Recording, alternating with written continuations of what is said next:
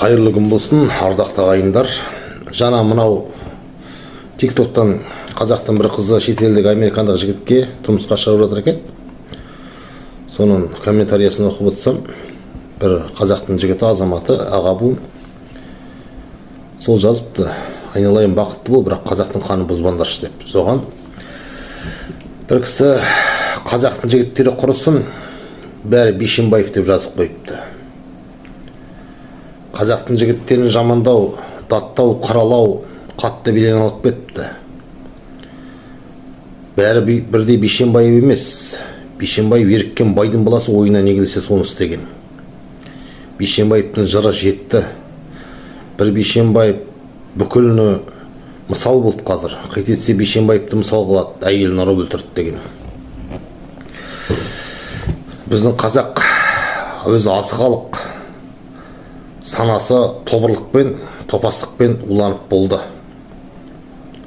Қазақтың жігіттерін жамандағаннан ештеңе түспейді. Қазақтың жігіттері болмаса, кеше 86 желтоқсанында қайраттар көшеге шықпаса, тәуелсіздік алмас едік.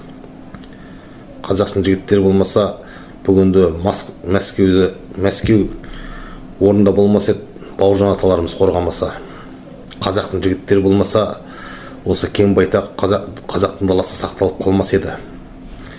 Неге соншалықты қазақ жігіттерін, қазақ азаматтарын біздің қоғам төменге түсіріп жатыр? Әй дейтін әже, қой дейтін қожа жоқ. Қайтетсе қазақтың жігіттерін жамандайды. Арқа еті арша боп жұмыс істеп жүрген қазақтың жігіттері ауылда да, далада да, қалада да, барлық әлемде де қазақ жігіттері жұмыс істеп жүр.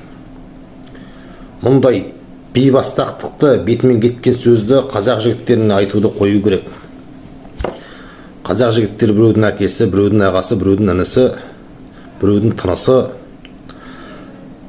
Нақтылап келгенде ертең ел шетіне жау кірсе, аспанды бұлт торласа, елді жаудан, өрттен, даудан, басқадан қорғайтын сол қазақ жігіттері.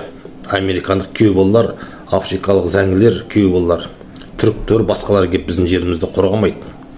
Қазақ жігіттеріне адресіне қатты сөз айтатындар, ол ойланбай айтқандар. Ондайды Құдай кешірсін, біз кешіргенмен ештеңе болмайды.